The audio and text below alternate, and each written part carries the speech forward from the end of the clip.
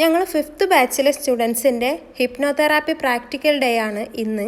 കോഴിക്കോട് കൈരളി തിയേറ്ററിൻ്റെ അടുത്ത് വെച്ചിട്ടാണ് പ്രാക്ടിക്കൽ നടക്കുന്നത്.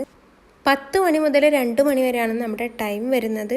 ഇത് ബേസിക് ആയിട്ടുള്ള ഒരു പ്രാക്ടിക്കൽ ക്ലാസ് മാത്രമാണ്. നെക്സ്റ്റ് മന്താണ് ഞങ്ങളുടെ മെയിനായിട്ടുള്ള അഡ്വാൻസ് ക്ലാസ് വരുന്നത്, അതായത് അഡ്വാൻസ് പ്രാക്ടിക്കൽ.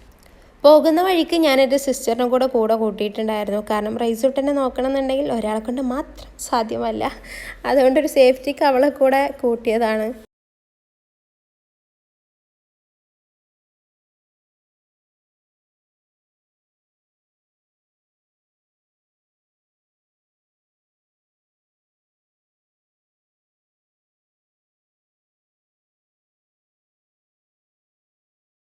ക്ലാസ് സ്റ്റാർട്ട് ചെയ്ത് കഴിഞ്ഞാൽ പിന്നെ ഇതിനകത്ത് വീഡിയോ അലൗഡ് അല്ല. അതുകൊണ്ടിട്ടാണ് ഇവിടുത്തെ ഉള്ള ഒരു വിഷ്വൽസും കാര്യങ്ങളൊന്നും എടുക്കാത്തത്. ജസ്റ്റ് എൻ്റെ ഒരു പോർഷൻ മാത്രം കാണിച്ചത്.